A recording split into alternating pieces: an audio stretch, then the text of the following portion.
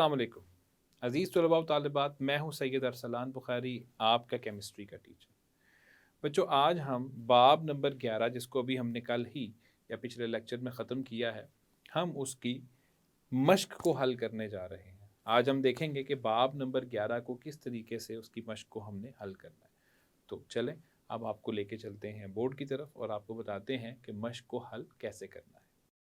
आज हम बाब नंबर 11 की मश्क को हल करने जा रहे हैं और हमेशा की तरह हम सबसे पहले कसीरुल इंतखाबी सवालात को हल करेंगे। तो चलते हैं पहले सवाल की तरफ, जिसमें है कार्बन एटम्स की चेन बनाने की सलाहियत को क्या कहते हैं। तो हमने पढ़ा था कि कार्बन एटम्स आपस में ही चेन बनाते हैं और लंबी लंबी चेन्स बनाते हैं और बड़े बड़े रिंग्स बनाते हैं। आप याद कीजिए, हमने इनकी सलाहियत को नाम दिया था कैटिनेशन। बच्चों याद कीजिए, मैंने इसको कैटिनेशन भी कहा था और मैंने इसको लेक्चर के दौरान सेल्फ लिंकेज का नाम भी दिया था। तो इसको सेल्फ लिंकेज भी कहा जाता है। चूंकि कार्बन आपस में ही बॉन्डिंग करता है, इसलिए इसका नाम होता है सेल्फ लिंकेज। तो पहले सवाल का सही जो जवाब है वो है बी।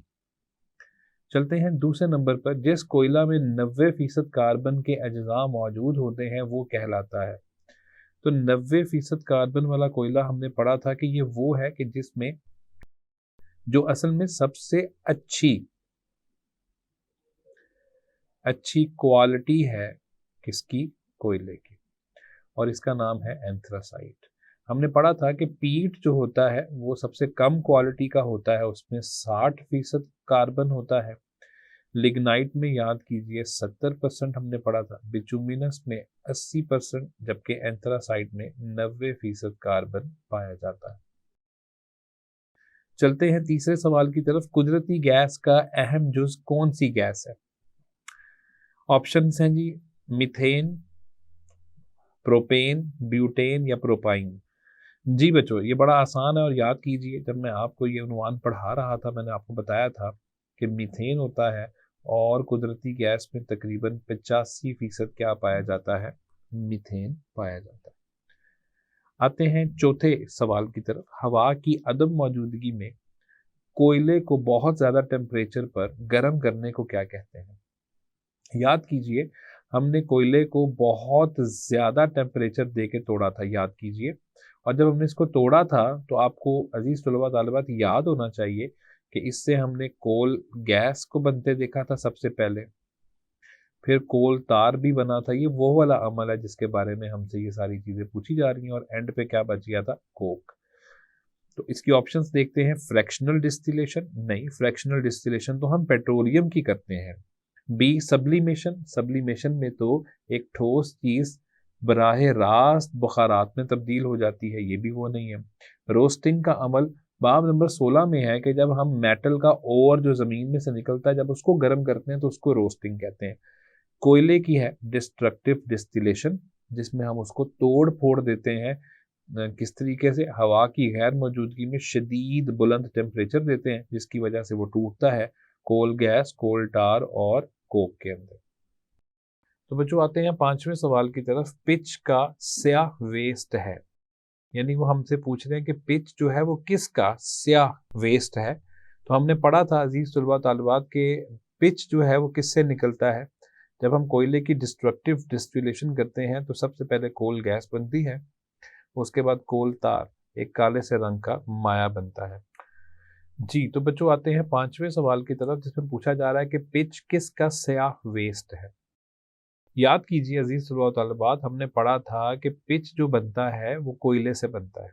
हम जब कोयले की करते हैं डिस्ट्रक्टिव डिस्टिलेशन तो सबसे पहले उसमें से कोल गैस खारिज होती है और उसके बाद काले रंग का एक माया बनता है जिसको कोल तार कहते हैं, और कोल तार का ही वेस्ट पिच होता है। तो असल में इसका जवाब बी होगा, कोल तार। छठे सवाल पर आते हैं। कुदरती गैस में 85% मीथेन मौजूद होती है, इसे बनाने के लिए इस्तेमाल किया जाता है। कुदरती गैस को बनाने के लिए हम क्या इस्तेमाल करते हैं। ए है कार्बन ब्लैक, बी है कोक, सी है कोल तार और डी है कोल गैस। तो जाहिर है कुदरती गैस में चूंकि 85% मीथेन है तो इसका मतलब है कोल गैस ही जो है वो वहाँ पर इस्तेमाल होगी, क्योंकि हमने कोल गैस में पढ़ा था कि कोल गैस हाइड्रोजन, मीथेन और कार्बन मोनोऑक्साइड का मिक्सचर है। तो कोल गैस के अंदर हाइड्रोजन होती है, कार्बन मोनोऑक्साइड होती है और साथ में मीथेन पाई जाती है। आते हैं 7वें सवाल की तरफ। मंदरजा झैल में से किस में स्टार्च मौजूद नहीं होती? अच्छा, अब यहाँ पे जरा देखिएगा कि यहाँ पे लफ्ज जब स्टार्च आ गया तो स्टार्च को समझिएगा कि स्टार्च क्या होता है। स्टार्च के बारे में एक बात ध्यान में रखिएगा कि इसको हम कहते हैं कि ये एक कॉम्प्लेक्स कार्बोहाइड्रेट है। और कॉम्प्लेक्स कार्बोहाइड्रेट क्या होता है बच्चों? कॉम्प्लेक्स कार्बोहाइड्रेट का मतलब है ऐसा कार्बोहाइड्रेट जो छोटे छोटे कार्बोहाइड्रेट से मिलकर बनता है। और वो छोटे छोटे कार्बोहाइड्रेट्स वो क्या होते हैं? Sugar molecules. तो असल में स्टार्च जो है ना बच्चों, याद रखिएगा, ये ग्लूकोज के छोटे छोटे मॉलिक्यूल्स के मिलने से बनता है। तो आप स्टार्च को एक मैक्रो मॉलिक्यूल कह सकते हैं, जो कि एक बड़े साइज का मॉलिक्यूल है और ये छोटे छोटे मॉलिक्यूल से मिलकर बना है, जिनका नाम है ग्लूकोज। तो हमने ये देखना है कि किसके अंदर ये सारा कुछ मौजूद नहीं होता है, स्टार्च किस में मौजूद नहीं होता। तो सबसे पहले नंबर पे है गन्ना, बी है मकई, सी है जौ और डी है आलू। अब इसकी आप शनाख्त कैसे करेंगे? अगर हम जौ को देखते हैं और मकई को देखते हैं तो अजीज तलबा व तालिबात याद रखिएगा ये अनाज में आते हैं। इन दोनों का जो ताल्लुक है वो अनाज के साथ है और अनाज के अंदर लाजमन मौजूद होता है स्टार्च। आलू के अंदर भी स्टार्च होता है, जिसको हम चेक करने का टेस्ट भी होता है, लेबॉर्ट्री में करते हैं। सिर्फ गन्ना बचता है। अगर हम गन्ने की देखते हैं कॉम्पोजिशन या उसकी बनावट, तो हमें पता चलता है कि इसके अंदर सुक्रोज नाम की शुगर मौजूद है, इसके अंदर स्टार्च नहीं है। और सुक्रोज कैसे बनती है? याद रखिएगा, सुक्रोज दो शुगर्स के मिलने से बनती है, एक का नाम है ग्लूकोज और एक का नाम है फ्रुक्टोज। आते हैं 8वें सवाल की तरफ। पेट्रोलियम को मंदरजा झैल में से किस तरीके से रिफाइन किया जाता है? तो देखते हैं कि पेट्रोलियम को हमने किस तरीके से रिफाइन करना पड़ा था। ए ऑप्शन है डिस्ट्रक्टिव डिस्टिलेशन। ये तो नहीं हो सकता, क्योंकि डिस्ट्रक्टिव डिस्टिलेशन तो हम किसकी चलाते हैं? कोयले की चलाते हैं। ये भी हम थोड़ी देर पहले ही पढ़ कर आए हैं। बी ऑप्शन है फ्रैक्शनल डिस्टिलेशन, सी है जी सिंपल डिस्टिलेशन और डी है जी ड्राई डिस्टिलेशन। तो पेट्रोलियम की हम करते हैं फ्रैक्शनल डिस्टिलेशन, जिसमें हम चीज़ों को अलहदा करते हैं। बॉइलिंग पॉइंट की बुनियाद पर हम चीज़ों को क्या करते हैं? अलहदा करते हैं। क्योंकि पेट्रोलियम के अंदर चीज़ें पड़ी होती हैं मुख्तलिफ, और उनको हम उनके बॉइलिंग पॉइंट के ऊपर ही क्या कर लेते हैं? अलग कर लेते हैं। मैंने आपको बताया था कि पेट्रोलियम की फ्रैक्शनल डिस्टिलेशन करके हम 6 फ्रैक्शंस बना लेते हैं। 9वें सवाल की तरफ आते हैं। लेबॉर्ट्री में किस साइंसदान ने यूरिया तैयार किया? तो यूरिया तैयार किया था उस बंदे ने जिसने वाइटल फोर्स थ्योरी को रिजेक्ट कर दिया था, उसको रद्द कर दिया था, और उस शख्स का नाम था फ्रेडरिक वोहलर। तो ए ऑप्शन बिल्कुल दुरुस्त है। बाकी रदरफोर्ड के बारे में आप पढ़ कर आए हैं कि उन्होंने तो एटम का स्ट्रक्चर दिया था। डाल्टन के बारे में आप पढ़ कर आए हैं कि उन्होंने तो सबसे पहले एटम का कॉन्सेप्ट दिया था, एटम का नज़रिया सही तरीके से पेश किया था थ्योरी की सूरत में। और बर्जीलियस जो है इसने तो वाइटल फोर्स थ्योरी पेश की थी। तो ये नहीं हो सकता। वोहलर था जिसने यूरिया बनाया और वाइटल फोर्स थ्योरी को हमेशा के लिए रद्द कर दी। 10वें सवाल की तरफ आते हैं। अल्काइल रेडिकल्स का जनरल फार्मूला है। बच्चों ये मैंने आपको उस टाइम भी समझाया था कि अल्काइल रेडिकल बनते किससे हैं? एल्केन से। अब अगर हम एल्केन का फॉर्मूला देखते हैं तो वो होता है CnH2n जमा 2। हम इसमें से एक हाइड्रोजन निकाल देते हैं ना, तो जब हम हाइड्रोजन निकाल देते हैं तो वो बन जाता है CnH2n जमा 1। चूंकि ये दो जो है ये हाइड्रोजन थे, तो एक रह गया, इसका मतलब है एक हाइड्रोजन निकल गया। तो इसमें से हम सी ऑप्शन को दुरुस्त देखते हैं, तो सी ऑप्शन को हम इस पर निशानदेही कर लेंगे। 11वें सवाल पे आते हैं। शनाख्त करें मंदरजा झैल कंपाउंड्स में कौन सा कीटोन है? तो जरा आप सबसे पहले कीटोन का फॉर्मूला, फंक्शनल ग्रुप अपने ज़हन में ले आए। हमने पढ़ा था कि इसमें दरमियान में कार्बोनिल कार्बन होता है और उसकी दोनों तरफ आर होता है, जो कि एक जैसे भी हो सकते हैं और एक दूसरे से मुख्तलिफ भी हो सकते हैं। तो आप देख लेते हैं कि क्या होगा। तो अजीज़ तलबा व तालिबात ज़रा देखिएगा कि अगर हम ए ऑप्शन को देखते हैं तो उसमें नज़र आ रहा है कि 2 CH3 है, आगे क्या है CHOH। ये मुमकिन नज़र नहीं आता, तो ये हमें सूरत हाल ठीक नहीं लगती। बी ऑप्शन को देखें तो बी ऑप्शन कुछ समझ में आता है, मैं आपको दिखाता हूं कैसे। असल में बी ऑप्शन ही दुरुस्त है। तो देखिएगा CO, ये जो इन्होंने CO लिखा हुआ है ना, इस CO को मैं यूं बनाऊंगा, ये रहा CO, और साथ में 2 CH3 हैं, तो एक CH3 मैं यहां लगा दूंगा और एक CH3 मैं यहां लगा दूंगा। तो ये हमें कीटोन नजर आ रहा है कि ये भी एक मिथाइल है, ये भी मिथाइल है, तो बी ऑप्शन बिल्कुल दुरुस्त है, मैंने उसकी निशानदेही कर दी है। 12वें सवाल पर आते हैं, फंक्शनल ग्रुप COOH किन में पाया जाता है?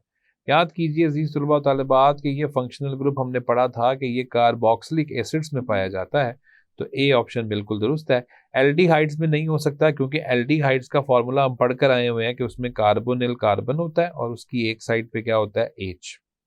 एस्टर्स को याद कीजिए अजीज तलबा तालिबात कि इसमें कार्बोनिल कार्बन होता है एक तरफ R, जबकि दूसरी तरफ OR होता है। और अल्कोहल्स का आपको पता है ROH होता है, लिहाजा कार्बोक्सिलिक एसिड्स ही बचने हैं और कार्बोक्सिलिक एसिड का फॉर्मूला COOH होता है। और याद कीजिए मैंने इसको यूं लिखने का तरीका भी आपको लेक्चर के दौरान बता दिया था। 13वें सवाल पे आते हैं, फॉसिल फ्यूल्स के बारे में कौन सा बयान दुरुस्त नहीं है? तो हमसे वो वाला बयान पूछा जा रहा है जो दुरुस्त नहीं है। ए ऑप्शन देखेंगे, तमाम कार्बन्स पर मुश्तमिल होते हैं। बी ऑप्शन है, इन्हें दोबारा से बनाया जा सकता है। इन्हें दोबारा से तो नहीं बनाया जा सकता ना, क्योंकि इसमें तो पहले ही हमें लाखों साल लगे हैं और ये कुदरती अमल हुआ, इसको दोबारा तो नहीं बनाया जा सकता। सी ऑप्शन देखते हैं, जलने के बायस पोल्यूशन पैदा करते हैं, ये तो होता है। तो ए ऑप्शन भी हमें नजर आती है क्योंकि सब में कार्बन है। सी भी नजर आ रहा है। डी है जी, ये एसिड बारिश का सबब बनते हैं, ये भी हम पढ़ कर आए हैं। तो बी ऑप्शन हमें गलत मालूम होता है। याद रखिएगा अजीज तलबा तालिबात, मैं यहाँ पर एक बड़ी अहम चीज आपको बताने लगा हूँ। हमारे पास जो रिसोर्सेज होते हैं ना, हमारे इर्द गिर्द जो रिसोर्सेज, जैसे पानी एक रिसोर्स है, तो हमारे इर्द गिर्द जितने भी रिसोर्सेज होते हैं ना, उनकी 2 अकसाम होती हैं। एक को हम कहते हैं रिन्यूएबल और एक को हम कहते हैं नॉन रिन्यूएबल। रिन्यूएबल का मतलब क्या होता है? जो दोबारा से पैदा हो जाए। जैसे पानी, हम पानी इस्तेमाल करते हैं ना, तो पानी दोबारा से बहता हुआ जब जाता है, बखारात बनते हैं, खुद ब खुद उसमें से बादल बनते हैं, बारिश बरसती है और अब पानी फिर नीचे आ जाता है। इसका मतलब क्या हुआ? इसका मतलब ये हुआ कि पानी रिन्यूएबल है, कि वो दोबारा से फिर से बन गया। लेकिन अगर हम फॉसिल फ्यूल्स की बात करें तो ये नॉन रिन्यूएबल हैं, ये एक दफ़ा ख़त्म हो गए तो दोबारा नहीं बनेंगे। 14वें सवाल पर आते हैं, मंदरजा झैल में से कौन सा सख्त तरीन कोयला है? तो सख्त तरीन कोयला वही होगा, याद रखिएगा, कि जिसमें कार्बन की जो परसेंटेज है, कार्बन की जो मिकदार है वो ज़्यादा हो। तो इसका सख्त होना असल में कार्बन की मिकदार के ऊपर उसका ताल्लुक है। तो कार्बन की मिकदार सबसे ज़्यादा किस में होती है? एंथ्रासाइड में। तो मैं डी ऑप्शन को जो है वो दुरुस्त निशानदेही उसकी करूंगा, क्योंकि एंथ्रासाइड में 90% कार्बन पाया जाता है। 15वें सवाल पर आते हैं, मंदरजा झैल में कौन से ग्रुप्स में ऑक्सीजन के दोनों अतराफ में कार्बन एटम्स जुड़े होते हैं? यानी ये रहा ऑक्सीजन और उसके इधर भी कार्बन होगा और इधर भी कार्बन होगा। तो ये किसके अंदर होता है? अब ऑप्शंस देखें, कीटोन्स में। कीटोन्स में तो ऐसा नहीं होता। ईथर में, जी बिल्कुल ईथर हमें नजर आता है। बाकी भी देख रहे हैं, एल्डिहाइड्स और एस्टर। तो ईथर इसका दुरुस्त जवाब है।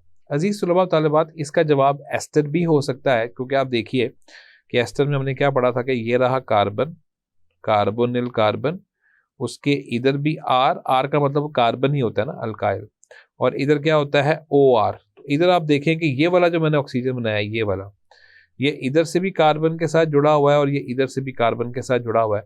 तो एस्टर की ऑप्शन भी दुरुस्त हो सकती है, लेकिन चूंकि ये हमने बड़ा बारीकी में जाके देखा है और आपकी किताब के अंदर ज्यादातर उन्होंने ईथर को की निशानदेही की हुई है, तो इसलिए मैंने ईथर को जो है वो बिल्कुल ठीक जवाब के तौर पर उसकी निशानदेही कर दी है। 16वें सवाल पे आते हैं, किस तब्दीली के तरीका को कार्बनाइजेशन कहते हैं? तो कार्बनाइजेशन याद कीजिए, कार्बनाइजेशन हमने क्या पढ़ा था कि जो लकड़ी होती है, लकड़ी का कोयले के अंदर तब्दील हो जाना या लकड़ी से कोयला बनना, इसको हम कहते हैं कार्बनाइजेशन। तो देखते हैं कि क्या ऑप्शंस ठीक है। ए ऑप्शन है जी, कोयला की कोलतार में, नहीं। बी है जी, कोयला की लकड़ी में, नहीं, कोयला कैसे लकड़ी में जाएगा।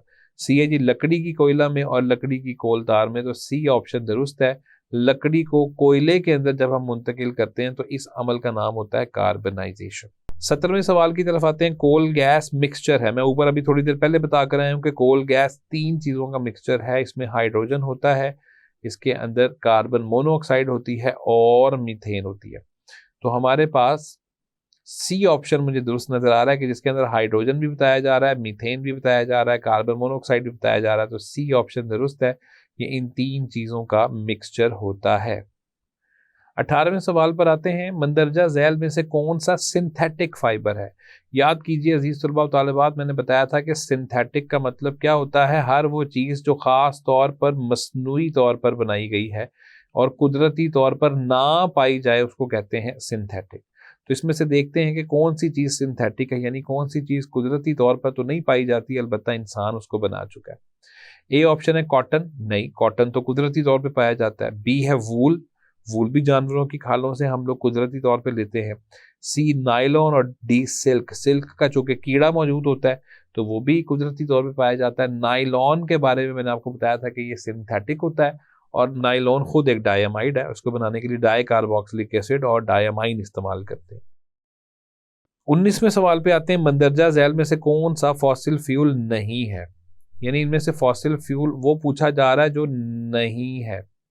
तो ए है जी कोयला, कोयला तो फॉसिल फ्यूल है। बी कुदरती गैस, वो भी है।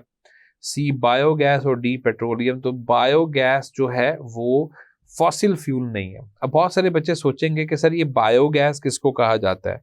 तो याद रखिएगा बायोगैस के अंदर भी ज्यादातर मीथेन पाई जाती है। बायोगैस दर हकीकत जानवरों का जो फुजला होता है, जानवरों का जो गोबर होता है, उसको जलाने से गैस बनती है जिसको बायोगैस कहा जाता है।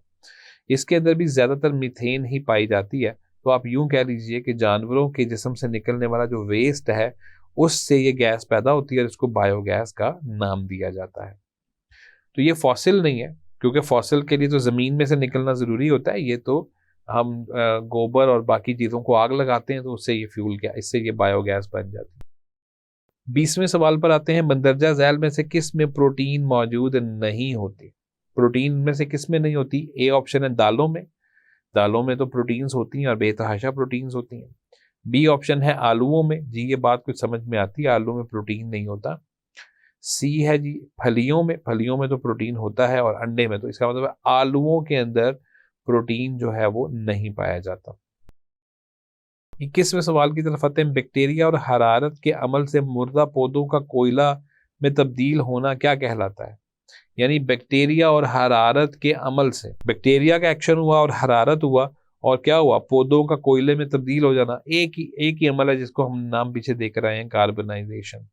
तो कार्बनाइजेशन के अंदर ही जो है वो पौधे यानी लकड़ी जो है वो किसके अंदर मुंतकिल हो गई है? कोयले के अंदर मुंतकिल हो गई है। अब आते हैं 22वें सवाल पे। मंदरजा झैल कंपाउंड्स में से कौन सा एल्डिहाइड है? तो एल्डिहाइड का फॉर्मूला याद कर लें, जेन में लें, आपको खुद ही समझ लग जाएगी। कार्बोनिल कार्बन, एक साइड के ऊपर क्या होना चाहिए? एच, ये ढूंढ लें तो आपको खुद ही समझ लग जाएगी। तो मुझे तो ऑप्शन सी जो है वो दुरुस्त नजर आ रहा है। अब अगर मैं सी का स्ट्रक्चर बनाऊं तो ये देखें COH, तो ये COH आ गया और साइड पे कौन है? CH3, तो यहां मैं क्या बना दूंगा? CH3। तो ये जो है एसिटल्डिहाइड नाम का कंपाउंड है और इसका ताल्लुक किसके साथ है? एल्डिहाइड्स के साथ है। आते हैं आखिरी कसीरुल इंतखाबी सवाल की तरफ। कह रहे हैं जी एसिटल्डिहाइड का फॉर्मूला कौन सा है? ये जो ऊपर मैं अभी आपके सामने निशानदही ऊपर वाले सवाल 22वें सवाल में करके आया हूँ, यही फॉर्मूला किसका है? एसिटल्डिहाइड का। तो हमें सी ऑप्शन जो है वो दुरुस्त नजर आ रही है। आप देख सकते हैं कि ये रहा फंक्शनल ग्रुप और फंक्शनल ग्रुप के एक साइड पे क्या लगा हुआ है? H। तो जब CO की एक साइड पे H लग जाएगा तो इसका मतलब है कि वो क्या है? एल्डिहाइड। तो इस तरह आपकी इस मश्क का पहला हिस्सा जो है वो हल हो गया, जिसमें हमने कसीरुल इंतखाबी सवालात को बहुत ज़्यादा जो है वो ध्यान से हमने उसको हल कर लिया। अब अगले हिस्से में चलते हैं और अगले हिस्से में जाके हम मुख्तसर सवालात को हल करते हैं। आते हैं मुख्तसर सवालात की तरफ, जिसमें से पहले नंबर पर है लफ्ज़ कैटिनेशन से क्या मुराद है? कैटिनेशन का मुजाहरा करने वाले किसी एक कंपाउंड की मिसाल दें। तो सबसे पहले तो हमें यह बताना है कि कैटिनेशन क्या है। सबसे पहले हम कैटिनेशन की तारीफ लिखेंगे। हम कहेंगे कि कार्बन एटम्स की खसूसियत कि जिसकी वजह से वो आपस में बॉन्ड बनाते हैं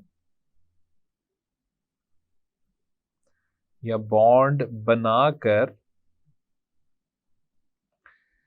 चेन या चेन्स और रिंग्स की सूरत इख्तियार कर जाते हैं या रिंग्स बनाते हैं। और ये काफी बड़ी बड़ी चेन्स होती हैं और काफी बड़े बड़े रिंग होते हैं। ये तो हो गई एक इसकी तारीफ। अब वो दूसरे हिस्से में कह रहे हैं कि कैटिनेशन का मुजाहिरा करने वाले किसी एक कंपाउंड की मिसाल दें। तो कैटिनेशन हमें किसके अंदर नजर आती है, यानी कोई ऐसा कंपाउंड पूछा जा रहा है जिसके अंदर हमें कैटिनेशन नजर आती है। तो इसके लिए मैं आसान तरीन चीज आपको डिकेन की एक मिसाल दे देता हूं। आप खुद ही समझ जाएंगे कि डिकेन के अंदर हो रही है या नहीं हो रही है। तो देखिए, मैं डिकेन की साख्त कैसे बनाऊंगा।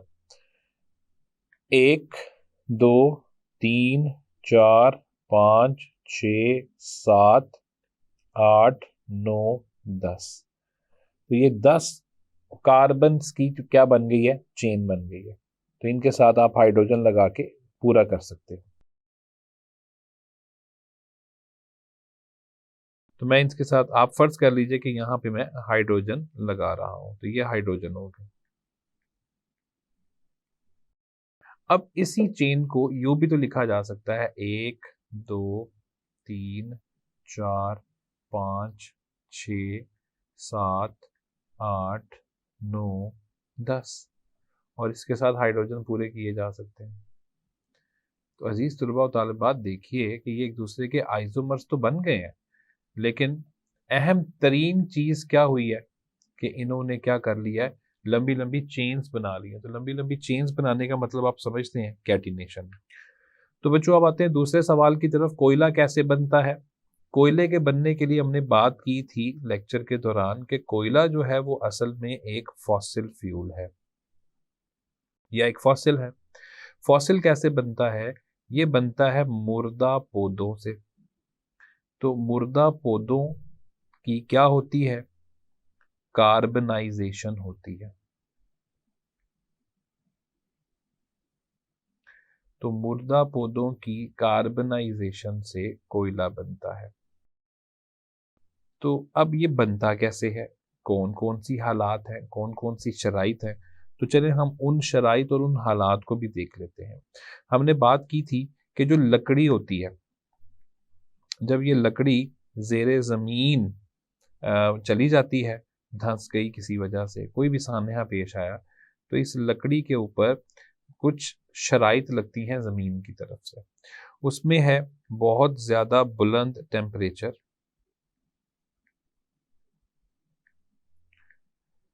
और बहुत ज़्यादा बुलंद प्रेशर। और साथ ही साथ याद कीजिए अजीज़ तलबा व तालिबात, मैंने बताया था कि यहाँ पे बैक्टीरिया का भी बहुत अमल दखल होता है। तो बैक्टीरिया की मौजूदगी में ही ये रिएक्शन चलता है और लकड़ी जो है वो कोयले के अंदर मुंतकिल हो जाती है। और जो सबसे पहले कोयला बनता है, हमने पढ़ा था कि वो कौन बनता है, पीट, यानी 60% कार्बन वाला।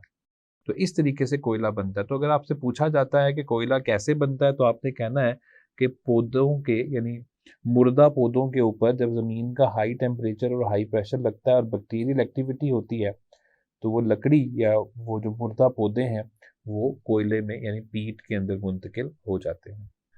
तीसरे सवाल पे आते हैं, कुदरती गैस की अहमियत बयान करें। तो इसकी अहमियत क्या है, लेकिन उस अहमियत से पहले हम देखते हैं कुदरती गैस है क्या। हमने पढ़ा था कि कुदरती गैस में 85% जो है वो क्या पाई जाती है, मीथेन पाई जाती है। इसकी अहमियत क्या है कि सबसे पहली बात तो ये है कि ये इस्तेमाल होगा एक फॉसिल फ्यूल की सूरत में। ठीक है जी, तो ये सबसे बड़ा इस्तेमाल तो ये है कि ये फॉसिल फ्यूल की सूरत में इस्तेमाल होगा। और कहाँ इस्तेमाल होगा, हमने पढ़ा था कि गाड़ियों के अंदर ये आम तौर पर इस्तेमाल होता है। किस सूरत में, गाड़ियों के अंदर ये, इससे हम एलपीजी बनाते हैं या सीएनजी बनाते हैं। आमतौर पे हम देखते हैं कि हमारे पाकिस्तान में रिक्शे वगैरह एलपीजी पे चलते हैं और गाड़ियाँ सीएनजी पर चलती हैं। तो एक तो ये इसका है फॉसिल फ्यूल के तौर पर। दूसरी बात, ये एक इंडस्ट्रियल फ्लूइड के तौर पर भी इस्तेमाल होता है, इंडस्ट्रियल फ्यूल के तौर पर भी इस्तेमाल होता है। इंडस्ट्रियल फ्लूइड से क्या मुराद है बच्चों, याद रखिएगा। इंडस्ट्रियल फ्यूल का मतलब है कि हम इससे इंडस्ट्रीज चलाते हैं, और वाकई इंडस्ट्रीज हम कुदरती गैस के ऊपर चलाते हैं। हमारे यहाँ पाकिस्तान में भी बहुत सारी इंडस्ट्रीज जो हैं वो सुई गैस के ऊपर चलती हैं। इसके अलावा ये हमारा घरेलू फ्यूल भी है। हम जितना भी खाना वगैरह पकाते हैं वो सारा इसी के ऊपर बनाते हैं। इसका मतलब ये हुआ कि ये एक घरेलू फ्यूल के तौर पर भी क्या होता है, इस्तेमाल होता है। तो ये हैं इसके अहम तरीन, इसकी अहमियत क्या लें और इसके फ़वाइद। अब आते हैं चौथे सवाल पे, वजाहत करें कि ऑर्गेनिक कंपाउंड्स खुराक के तौर पर इस्तेमाल होते हैं। तो ये आप लोग बड़ी तफसील में पढ़ कर आए हैं कि हम लोग ऑर्गेनिक कंपाउंड्स को वाकई ही खुराक के तौर पर इस्तेमाल करते हैं। अब अगर हम देखें तो खुराक में हमें नज़र आता है कि इसमें दो चीज़ें हैं, या तो हम इसको पौधों में से ले लेते हैं, या दूसरे नंबर पे हम इसको किस में से लेते हैं, जानवरों में से लेते हैं। अब अगर हम पौधों की बात करते हैं बच्चों, तो पौधों के अंदर से हमें कार्बोहाइड्रेट्स मिल जाते हैं, ठीक है। इसके अलावा प्रोटीन्स मिल जाती हैं, इसके अलावा हमें ऑयल मिलते हैं, इसके अलावा हमें विटामिन मिलते हैं। तो ये वो सारी चीज़ें हैं जो हमें पौधों से मिल जाती हैं। मैं इसकी वजाहत कुछ यूँ करता हूँ। कार्बोहाइड्रेट्स में बिलखसूस हमें नज़र आता है कि ग्लूकोज है, ग्लूकोज एक कार्बोहाइड्रेट है, और वो हमें पौधों से मिल जाता है। बड़ी अहम किस्म की प्रोटीन्स जो हैं वो हमें पौधों से मिल जाती हैं, और प्रोटीन्स का एक बहुत बड़ा ज़रिया दालें हैं कि दालें जो हैं उनके अंदर हमें काफ़ी सारी प्रोटीन्स जो हैं मिल जाती हैं। ऑयल्स जो हैं वो आम तौर पे हमें बीज वगैरह के अंदर से मिलते हैं। आपने सुना ही होगा, कॉर्न ऑयल होता है, सोयाबीन ऑयल होता है, सनफ्लावर ऑयल होता है। और विटामिन जो हैं वो हमें आम तौर पे सब्जियों और फलों से मिल जाते हैं। तो ये आप देख लें कि यहाँ से हम पौधों से बेतहाशा ऑर्गेनिक कंपाउंड्स खुराक के तौर पे हासिल कर सकते हैं। अगर हम जानवरों की बात करते हैं तो जानवरों से भी हमें क्या मिलता है, कार्बोहाइड्रेट्स भी मिलते हैं। तो ये कार्बोहाइड्रेट्स हैं, हमें कार्बोहाइड्रेट्स भी मिलते हैं। अब मैं आपको मिसाल देता हूँ कि जानवरों से हमें आम तौर पे जो पौधों से ग्लूकोज मिल जाता है, पौधों से हमें स्टार्च मिल जाता है, पौधों से हमें सेलुलोज मिल जाता है, जानवरों से हमें ग्लाइकोजन मिलता है। ग्लाइकोजन जो है ये किससे मिलकर बना है, ग्लाइकोजन किससे मिलकर बना है, ग्लाइकोजन भी किससे, ये भी ग्लूकोज से ही मिलकर बनता है। इसके अलावा बेतहाशा प्रोटीन्स हमें जानवरों से मिल जाती हैं। बिलखसूस अगर हम मटन की बात करते हैं, यानी बकरे का जो गोश्त होता है, उसमें बेतहाशा प्रोटीन्स हमें मिल जाती हैं। इसके अलावा जानवरों में, पौधों से तो हमें ऑयल्स मिलते हैं, जानवरों से हमें फैट्स मिल जाती हैं। और फैट्स के लिए हम डेयरी प्रोडक्ट्स को देखते हैं, जिसके अंदर दूध, दही और पनीर वगैरह का शुमार होता है। और इसके अलावा अगर विटामिन्स की बात की जाए तो बहुत बड़ा जो एक सोर्स समझा जाता है वो है मछली, और उसके ज़रिए हम बेतहाशा ऑर्गेनिक कंपाउंड्स बिलखसूस विटामिन्स हासिल कर लेते हैं। तो ऑर्गेनिक कंपाउंड हम वाकई खुराक के तौर पे इस्तेमाल करते हैं, और पौधों और जानवरों से ही लेते हैं, जिनसे हमें ये चीज़ें जो मैंने अभी आपके सामने लिखी हुई हैं, ये सारी की सारी चीज़ें हमारी खुराक के ज़रिए हमें मिल जाती हैं। पांचवें सवाल पर आते हैं, अल्काइल रेडिकल्स कैसे बनते हैं, मिसाल देकर वजाहत करें। तो याद कीजिए, अल्काइल रेडिकल्स को हमने कैसे इसकी तारीफ की थी, हमने कहा था कि ये एल्केन्स के हाइड्रोजन डेरिवेटिव्स हैं। तो ये हैं अल्केन्स के हाइड्रोजन डेरिवेटिव्स, ठीक है जी। अब हमें क्या करना है, अल्केन में से सिर्फ एक हाइड्रोजन निकालना है। तो जब हम अल्केन में से एक हाइड्रोजन निकाल देंगे ना, तो उससे अल्काइल बन जाएगा। मैं आपको मिसाल देता हूँ, वो कह रहे हैं मिसाल दें, तो मैं आपको मिसाल दे देता हूँ मीथेन की। मीथेन का फॉर्मूला होता है CH4, और अगर हम इसमें से एक हाइड्रोजन मनफी कर देंगे, मैं कह रहा हूँ मनफी कर दिया मैंने इसमें से एक हाइड्रोजन, तो पीछे बच जाएगा CH3, और CH3 का नाम क्या हो जाता है, मिथाइल। इसी तरह इथेन होगा तो इथेन से क्या बनेगा, इथाइल, और प्रोपेन से क्या बनेगा, प्रोपाइल। अगर आप इसकी साख्त भी देखना चाहें अजीज तलबा तालिबात, तो मैं आपको यहाँ पे इसकी साख्त भी दिखा देता हूँ कि ये होता है मीथेन। देखिए इसको कहते हैं मीथेन। अब आप इसमें देख सकते हैं कि एक कार्बन और साथ में 4 हाइड्रोजन है।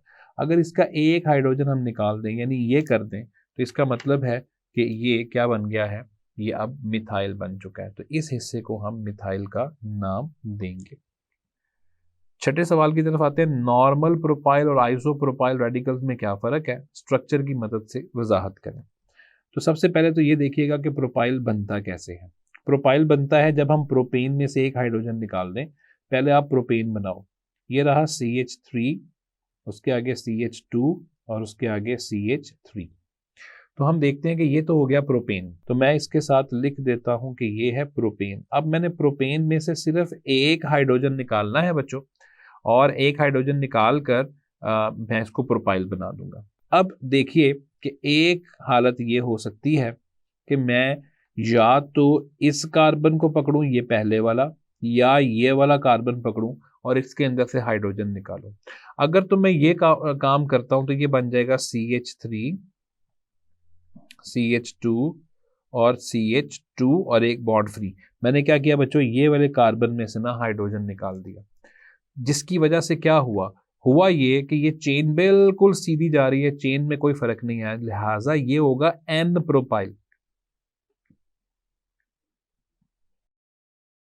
और एन प्रोपाइल का मतलब है नॉर्मल प्रोपाइल। लेकिन अगर अजीज तलबा तालिबात, अगर सूरत हाल कुछ ये हो जाए जो मैं आपको दिखाने लगा हूं, कि अगर फर्ज कीजिए कि हम इसके अंदर से निकाल देते हैं, दरमियान वाले कार्बन में से अगर हम हाइड्रोजन निकाल देते हैं, तो दरमियान वाले कार्बन में से हाइड्रोजन निकालने से क्या होगा, जरा देखिए, CH3, CH2 की बजाय क्या रह जाएगा, CH, और एक चेन ऊपर या नीचे की तरफ बन जाएगी और आगे आ जाएगा CH3। इसकी वजह से क्या हुआ अजीज तलबा और तालिबात, इसकी वजह से ये हुआ कि अब चेन बिल्कुल सीधी नहीं रही। आप देख सकते हैं कि यहाँ ऊपर की तरफ एक ब्रांच बन गई है दरमियान में, लिहाजा इसको कहा जाता है आइसोप्रोपाइल। तो साबित हुआ कि आइसोप्रोपाइल और एन प्रोपाइल में फर्क सिर्फ यही है कि आइसोप्रोपाइल में दरमियान वाले कार्बन को टारगेट किया जाएगा हाइड्रोजन निकालने के लिए, जबकि एन प्रोपाइल के लिए साइड वाले जो टर्मिनल कार्बन होते हैं उनको टारगेट किया जाएगा, उनको निशाना बनाया जाएगा। अगर हम एंड वाले कार्बन में से हाइड्रोजन निकालते हैं तो उसकी वजह से चेन स्ट्रेट चेन ही रहेगी, उस पर कोई फर्क नहीं पड़ेगा। और अगर हम दरमियान में से निकालते हैं तो स्ट्रेट चेन जो है वो नहीं रहेगी, बल्कि वो क्या हो जाएगी, ब्रांच चेन हो जाएगी, और वो बन जाएगा आइसोप्रोपाइल।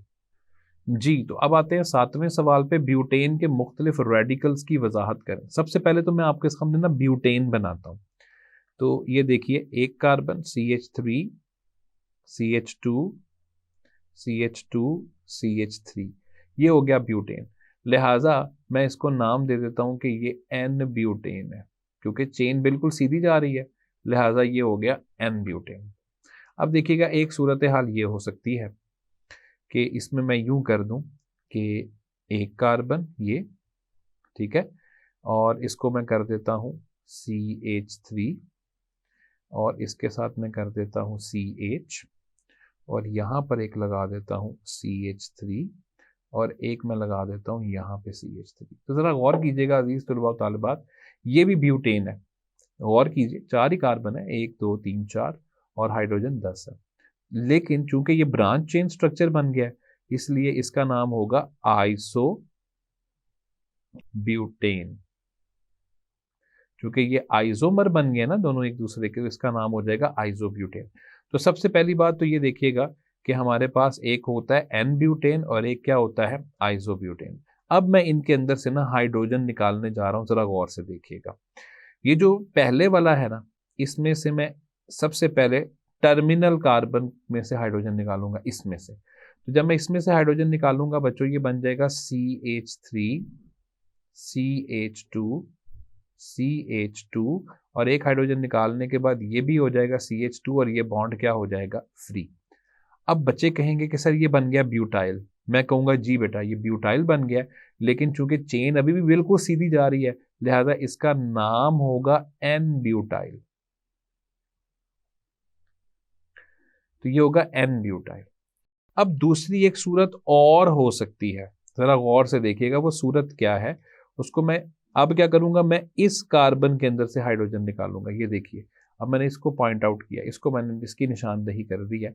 मैं इसमें से निकालने जा रहा हूं हाइड्रोजन। तो जब मैं इसके अंदर से हाइड्रोजन निकालता हूं तो उस वक्त जो सूरत हाल होती है, ज़रा वो देखिएगा अजीज़ तलबा व तालिबात, कि जैसे ही मैं इसमें से निकालूंगा ये बन जाएगा CH3, पहले वाला तो वैसे ही है, उसके बाद आएगा CH2, वो भी वैसे ही है, उसके बाद आएगा CH। चूंकि मैंने एक हाइड्रोजन निकाल दिया ना, तो इसका एक बॉन्ड फ्री हो गया और आगे कौन लगा हुआ है, CH3। अब ज़रा गौर कीजिए, अब ये जो मामला हमारे सामने आ गया ना, ये स्ट्रेट चेन नहीं रहा, अब ये ब्रांच चेन बन गया, क्योंकि दरमियान में नीचे की तरफ एक ब्रांच बन गई है। लिहाजा आपने इसको नाम दे देना है आइसोब्यूटाइल। क्योंकि चेन सीधी नहीं है, तो जब चेन सीधी ना हो तो फिर आपने उसके नाम के साथ आइसो का लफ्ज लगा देना। तीसरी चीज देखिए अजीज तलबा व तालिबात, अब मैं क्या करने लगा हूं, मैं ये दरमियान में जो कार्बन है ना, इसमें से हाइड्रोजन निकालने लगा हूं, उसके साथ एक ही हाइड्रोजन है ना। तो जरा गौर कीजिएगा, जब मैं इसके अंदर से हाइड्रोजन निकालता हूं तो जरा देखिएगा क्या हो रहा है। ये बन रहा है CH3C, जो एक H था वो निकल गया तो नीचे की तरफ बॉन्ड फ्री हो गया। इसके ऊपर एक CH3 लगा हुआ है और इसके आगे भी एक CH3 लगा हुआ है। तो अजीज तलबा तालिबात, इसमें भी आपको नजर आ रहा है कि स्ट्रेट चेन नहीं रही ना, अब ये ब्रांच चेन हो गई है। तो इसको भी आपने क्या नाम दे देना है, आइसो ब्यूटाइल ही आपने इसको नाम दे देना। तो साबित हुआ कि दो तरह के रेडिकल बन जाएंगे, एक का नाम होगा एन ब्यूटाइल, एक और दो बनेंगे आइसोब्यूटाइल। लेकिन याद कीजिए कि ये जो पहले वाला बना है, इसको हमने टॉपिक के दौरान कहा था प्राइमरी ब्यूटाइल, दूसरे वाले को हमने कहा था कि ये है सेकेंडरी ब्यूटाइल, ये वाला, और तीसरे वाले को हमने नाम दिया था कि ये कौन है, टर्शरी ब्यूटाइल। मैंने उसकी वजह बताई थी अजीज तलबा व तालिबात, याद कीजिए। मैंने आपको कहा था कि आपने जिस कार्बन में से हाइड्रोजन निकालना है ना, उस कार्बन को देखा करते हैं। ये रहा वो कार्बन जिसमें से मैंने हाइड्रोजन निकाला, तो ये आगे से सिर्फ बराह रास्त एक ही कार्बन के साथ जुड़ा हुआ था, तो मैंने इसको प्राइमरी कह दिया। अब की बार मैंने इसमें से हाइड्रोजन निकाला, चूंकि इसके नीचे आपको चेन खाली नजर आ रही है, देखें, तो इसका मतलब है कि ये दो कार्बन के साथ बराह रास्त जुड़ा हुआ है, तो मैंने उसको नाम दे दिया सेकेंडरी। और इसमें मैंने इस कार्बन में से हाइड्रोजन निकाला है और ये आगे से तीन कार्बन के साथ जुड़ा हुआ है बराह रास्त, तो इसलिए मैंने इसको नाम दे दिया टर्शरी। तो याद रखिएगा, ब्यूटेन के मुख्तलिफ रेडिकल्स में तीन तरह के रेडिकल्स बन जाएंगे, एक प्राइमरी, एक सेकेंडरी, एक टर्शरी। प्राइमरी वाला एन ब्यूटाइल, सेकेंडरी और टर्शरी को आप आइसो ब्यूटाइल भी लिख सकते हैं। आठवें सवाल पर आते हैं, मिसाल की मदद से फंक्शनल ग्रुप की तारीफ करें। तो फंक्शनल ग्रुप में मैंने बताया था कि एक एटम, फंक्शनल ग्रुप एक एटम भी हो सकता है या एटम्स का ग्रुप, ये एटम्स का ग्रुप भी हो सकता है। डबल बॉन्ड या ट्रिपल बॉन्ड, जो क्या करते हैं, जो ऑर्गेनिक कंपाउंड्स को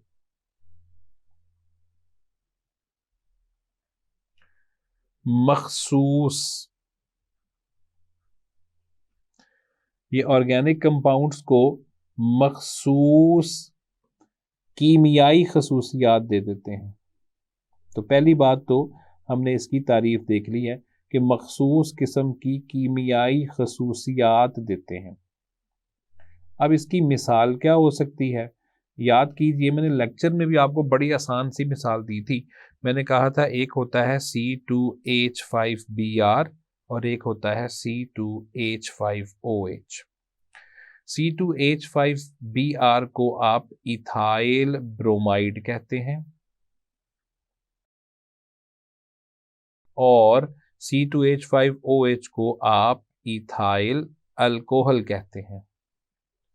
अच्छा, इससे क्या होता है, देखिए दोनों में पहला हिस्सा क्या है, एक जैसा है।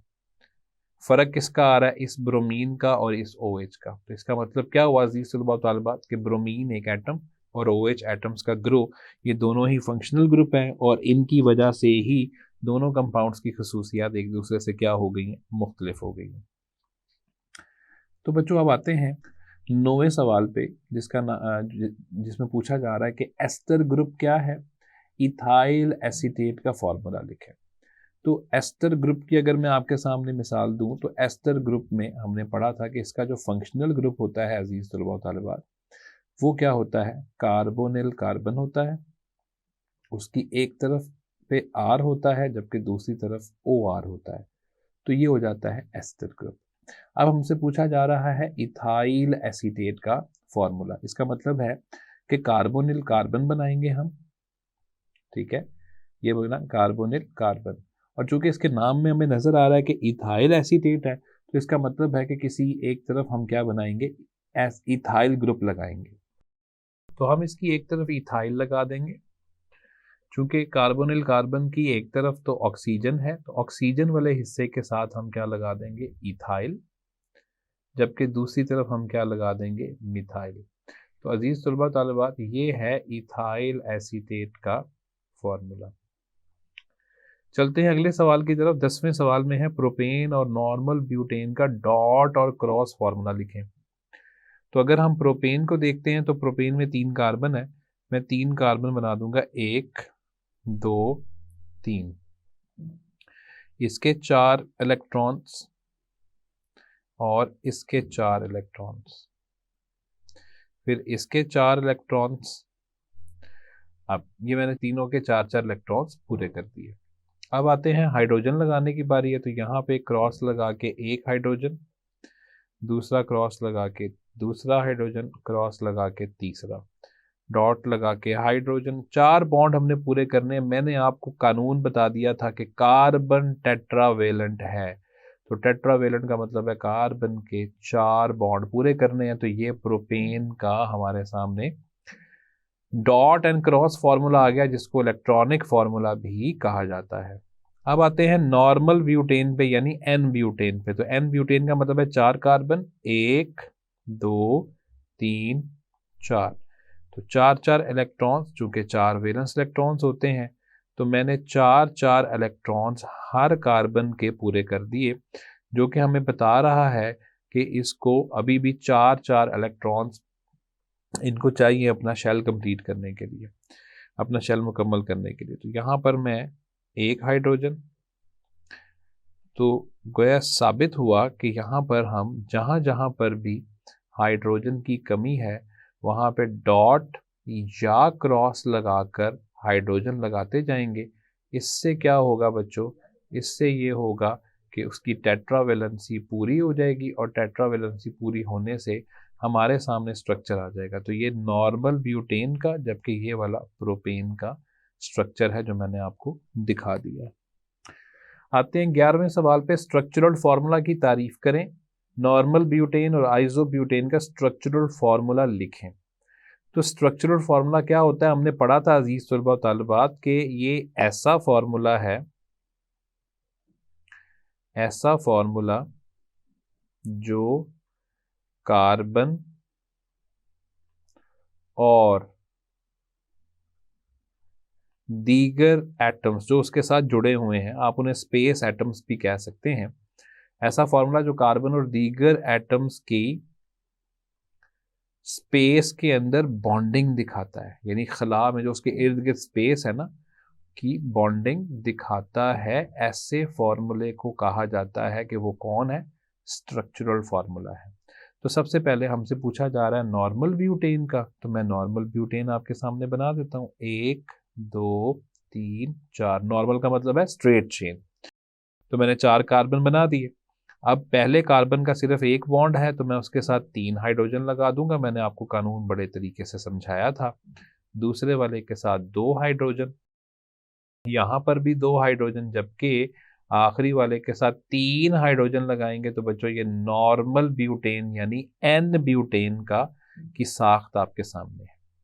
अब दूसरे नंबर पे आइसोब्यूटेन है, तो आइसोब्यूटेन का मतलब है कि उसमें स्ट्रेट चेन नहीं रही, बल्कि क्या बन गई है, ब्रांच चेन। तो एक ब्रांच यहाँ नीचे की तरफ बना दो, 4 कार्बन पूरे कर दो, तो 4 कार्बन के साथ हाइड्रोजन पूरे लगाओ, ये 3 इसके साथ लगेंगे, 1 इसके साथ लगेगा, 3 इसके साथ लगेंगे और 3 ही इसके साथ लगेंगे। तो इस तरह अजीज तलबा व तालिबात, ये आपके सामने जो साख्त बनी है, अब ये साख्त किसकी बनी है? आइसोब्यूटेन की बन गई है। 12वें सवाल पे आते हैं, कोयला की क्लासिफिकेशन तहरीर करें। बड़ा अहम सवाल है और बोर्ड के पेपर में भी आ चुका है कई दफ़ा। तो कोयले की क्लासिफिकेशन हमने पहले तो ये पढ़ा था कि उसकी बुनियाद क्या है। कोयले की क्लासिफिकेशन जो है वो कार्बन की मिकदार पर होती है, कार्बन की मिकदार पर होती है। तो देखते हैं, सबसे कम क्वालिटी वाला, सबसे कम मिकदार वाला पीट है। पीट के बाद लिग्नाइट है। लिग्नाइट के बाद बिचुमिनस है और बिचुमिनस के बाद है एंथ्रासाइट।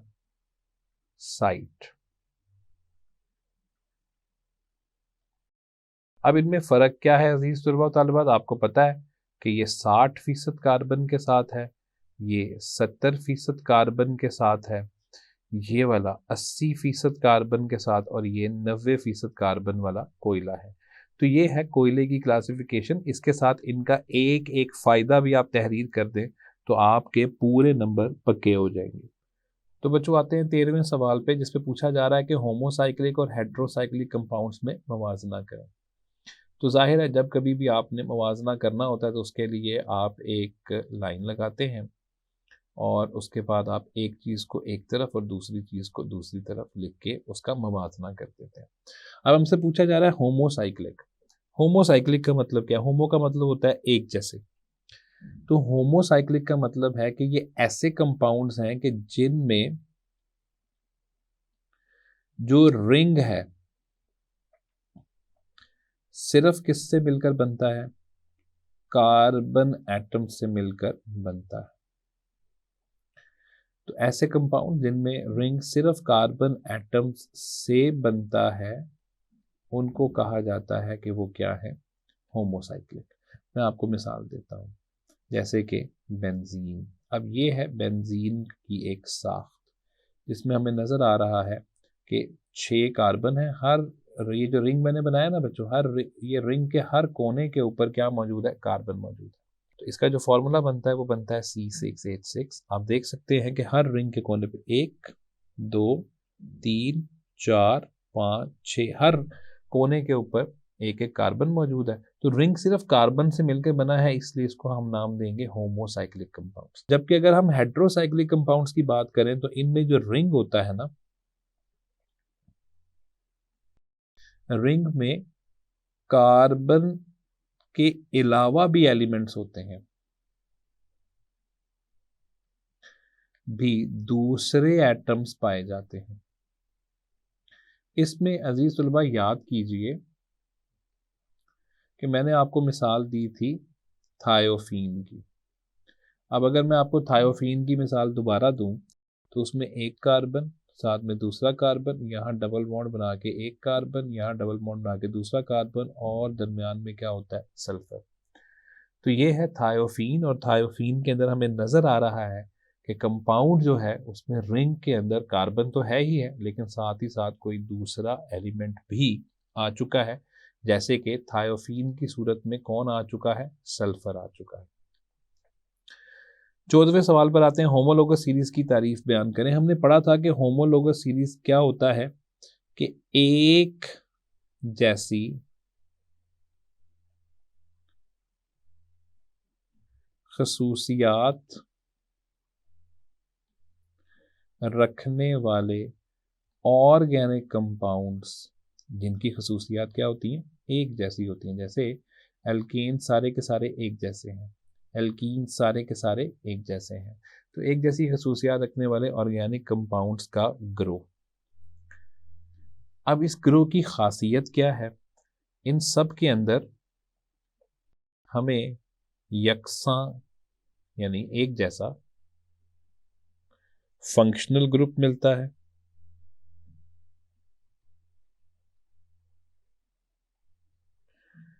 ठीक है। यकसां फंक्शनल ग्रुप की वजह से यकसां कीमियाई खसूसियात मिलती हैं।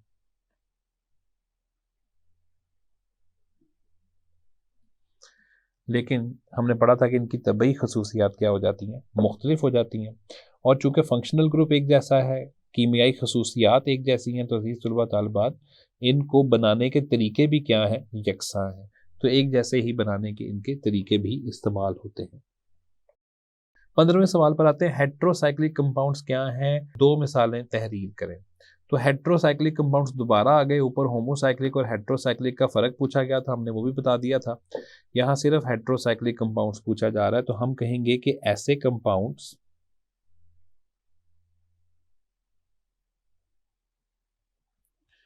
जिनमें रिंग कार्बन एटम्स के अलावा दूसरे एटम्स भी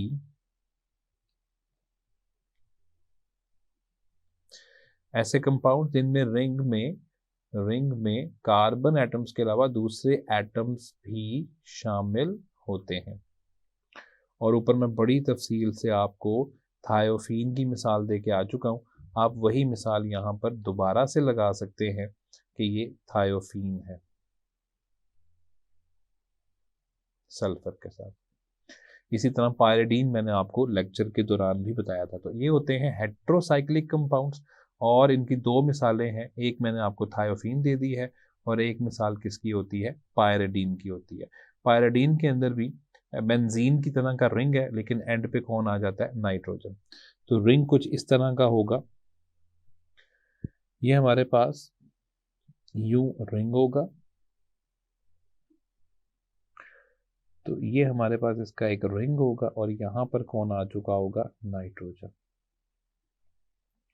तो कुछ इस तरह का ये रिंग होगा। चूंकि नाइट्रोजन 3 बॉन्ड बनाता है, इसलिए एक डबल बॉन्ड यहाँ होगा, एक डबल बॉन्ड यहाँ होगा, एक यहाँ होगा। तो ये दो मिसालें आप दे सकते हैं, ये मिसाल पायरिडीन की है और ये मिसाल थायोफीन की है। तो ये हमारे पास 15वां सवाल था। अब आते हैं 16वें सवाल की तरफ। बेंजीन और इसके दूसरे होमोलोगस कंपाउंड्स क्यों एरोमेटिक कंपाउंड्स कहलाते हैं।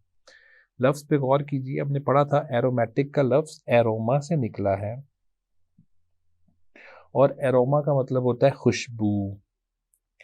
तो चूंकि बेंजीन और उसके डेरिवेटिव्स यानी बेंजीन और उस जैसे और जो कंपाउंड्स हैं उनकी एक अच्छी खुशबू पाई जाती है, इसलिए उनको एरोमेटिक कंपाउंड्स का नाम दिया जाता है। मैं यहाँ एक छोटी सी मिसाल आपको दे देता हूँ। बेंजीन की अपनी भी बड़ी अच्छी खुशबू होती है। मैं यहाँ पे आपको एक मिसाल दे देता हूँ कि ये रहा बेंजीन रिंग। जब बेंजीन रिंग के ऊपर OH जुड़ता है ना बच्चों, तो इसको हम नाम दे देते हैं फिनोल। ये है फिनोल और फिनोल की बहुत अच्छी खुशबू होती है और ये खुशबू अक्सर हमें सुनने को मिलती है कि जब हम देखते हैं मुख्तलिफ जगहों पे, अस्पतालों में या हमारे घरों में भी फर्श वगैरह को साफ़ किया जाता है, तो हम देखते हैं उसकी बड़ी अच्छी खुशबू होती है। तो ये एक आम जिंदगी से मुतल्लिक मैंने आपको मिसाल भी दी थी। तो अजीज़ तलबा तालिबात, ये थे आपके मुख्तसर सवालात जिसमें हमने 16 के 16 सवाल जो हैं आपकी मश्क के उनको हल किया है और इससे आप देखा जाए तो पूरा बाब एक दफ़ा दोबारा से हमने हल कर लिया। अब चलते हैं इंशाइया तर्ज के सवालात में। चूँकि वो लेक्चर में हम पढ़ चुके हैं, तो मैं जल्दी जल्दी से उसका एक जायज़ा आपके सामने पेश कर देता हूँ। तो जी पहले नंबर पर है कोयला कैसे बनता है, कोयला की मुख्तलिफ अक़साम कौन सी हैं, हम बड़ी तफसील में पढ़ चुके हैं। कोयला की मुख्तलिफ अक़साम की कॉम्पोजिशन और इनके इस्तेमालात तहरीर करें। मैंने बताया था कि ये इंशाइया तर्ज के सवालात की सूरत में भी बोर्ड के पेपर में आ चुका है। कोयले की डिस्ट्रक्टिव डिस्टिलेशन क्या है, ये भी हम पढ़ चुके हैं। कोयले की डिस्ट्रक्टिव डिस्टिलेशन से हासिल होने वाली मुख्तलिफ अशिया के नाम लिखें, कोल गैस, कोल तार, हम तफसील में पढ़ चुके हैं। अल्केन्स और अल्काइंस की फंक्शनल ग्रुप्स पर एक जामिया नोट लिखें, दूसरे कंपाउंड्स इनकी शनाख्त कैसे की जा सकती है। फंक्शनल ग्रुप का टॉपिक याद कर लें, हमने बहुत तफसील से पढ़ लिया। हमारी रोज़मर्रा ज़िंदगी में ऑर्गेनिक कंपाउंड्स के कुछ इस्तेमालात तहरीर करें, मैंने बड़ी तफसील से ये लेक्चर में पढ़ा दिया था। होमोलोगस सीरीज़ मैंने बताया था कि ये बोर्ड के पेपर में भी ये सवाल लॉन्ग क्वेश्चन यानी इंशाइया दर सवालात की सूरत में आ चुका है। ऑर्गेनिक कंपाउंड बहुत ज़्यादा तादाद में क्यों है, तो इसका मतलब है कि इसमें हमने तनू पढ़ना है, जो हमने खसूसियात पढ़ी थी 4, कैटिनेशन, आइसोमेरिज्म, मल्टीपल बॉन्डिंग यानी डबल और ट्रिपल बॉन्ड और मजबूत बॉन्ड बनाना। इसके बाद अमाइंस क्या हैं, इनकी मुख्तलिफ अक़साम की वजाहत मिसालें देकर बयान करें। प्राइमरी अमाइनो ग्रुप की शनाख्त कैसे की जा सकती है? तो अमाइंस क्या हैं हमने पढ़ लिया था, जिसके अंदर NH2 होता है, जिसकी मुख्तलिफ अकसाम याद कीजिए, मैंने प्राइमरी, सेकेंडरी और टर्शरी बताई थी। और अमाइनो ग्रुप की शनाख्त के लिए मैंने आपको टेस्ट भी जो है वो पहले ही बता दिया हुआ है। 8वें नंबर पे जी अल्कोहल के फंक्शनल ग्रुप की वजाहत करें। तो अल्कोहल का फंक्शनल ग्रुप ये होता है, और अल्कोहलिक ग्रुप्स की शनाख्त कैसे की जाती है? जो हमने टेस्ट पढ़े थे उसके अंदर अल्कोहल्स की शनाख्त के टेस्ट भी मौजूद हैं कि उसको हम कार्बोक्सिलिक एसिड से मिलाते हैं तो वो एस्टर बना देते हैं, जिसकी वजह से फलों की जैसी खुशबू आ जाती है। 9वें नंबर पे जी एल्डिहाइडिक और कीटोनिक फंक्शनल ग्रुप में मवाजना करें और इन दोनों की शनाख्त किस तरह की जाती है, बड़ी तफसील में हम इसको पढ़कर आ चुके हैं। तो बच्चों अब आते हैं 10वें सवाल की तरफ। मंदरजा झैल कंपाउंड्स में फंक्शनल ग्रुप्स के गिर्द दायरा लगाएं और इन फंक्शनल ग्रुप्स के नाम भी लिखें। तो पहले नंबर पे देखिएगा कि दरमियान में carbon to carbon double bond है, यानी कार्बन और ऑक्सीजन का डबल बॉन्ड, मतलब कार्बोनिल कार्बन, और दूसरी इस तरफ भी हमें अल्काइल नज़र आ रहा है, इस तरफ भी अल्काइल नज़र आ रहा है। तो ये पूरा ही एक फंक्शनल ग्रुप होगा, इसको हम इस तरीके से बंद करेंगे। और ये किसका है? ये कीटोन का है। तो ये होता है कीटोन। दूसरे नंबर पे आते हैं CH3COH। अब ये जो CH3COH है, इसमें आप देख लें कि कार्बन ऑक्सीजन के साथ डबल बॉन्ड बनाया हुआ है, तो इसको हम यूं लिखेंगे कि ये कार्बोनिल कार्बन है, डबल बॉन्ड ऊपर बनाकर, इधर क्या लगा हुआ है? CH3, इधर क्या लगा हुआ है? H। तो याद कीजिए अजीज तलबा तालिबात, ये किसका होता है? एल्डिहाइड का होता है। तो ये है एल्डिहाइड। तीसरे नंबर पर आते हैं, इसमें हमें नजर आ रहा है कि ये रहा कार्बोनिल कार्बन और इसकी इधर क्या लगा हुआ है? OH। तो इसका मतलब है ये कौन हुआ? Carboxylic acid. तो बच्चों ये कार्बोक्सिलिक एसिड हो गया। चौथे नंबर पर आते हैं, ये कार्बोनिल कार्बन है, डबल बॉन्ड बना के, इसकी एक साइड पे हमें H नजर आ रहा है, तो ये कौन हुआ? एल्डिहाइड।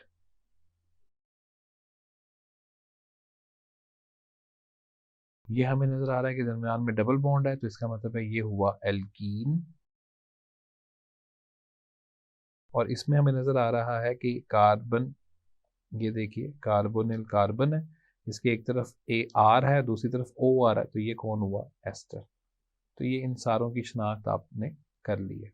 11वें नंबर पर है जी ऑर्गेनिक कंपाउंड्स की आम खसूसियात क्या है? बहुत अहम सवाल है। और 12वें नंबर पर है ऑर्गेनिक कंपाउंड्स की क्लासिफिकेशन पर एग्जाम में नोट तहरीर करें। मैं आपको ये मशवरा दूंगा कि मेरे रिकॉर्ड किए हुए लेक्चर्स जो हैं उनको एक दफ़ा फिर से सुने, आपके ये दोनों सवाल वहीं पे हल हो जाएंगे। तो बच्चों इसके साथ ही हमने बाब नंबर 11 की मश्क को हल कर लिया है। मैं उम्मीद करता हूँ कि सारे बच्चों को समझ लग चुकी होगी और इसके बहाने ही हमारा पूरा बाब जो है वो फिर से एक दफ़ा दोहराया गया। तो बच्चों ये था मश्क को हल करने का तरीका। इससे आपने देखा कि हमेशा की तरह हमने पूरे बाब को दोबारा से पढ़ लिया। मैं उम्मीद करता हूँ कि सब बच्चों को समझ लग चुकी होगी। इंशाअल्लाह अगले लेक्चर में आपसे मुलाकात होगी। तब तक अपना ख्याल रखें। अल्लाह हाफिज़।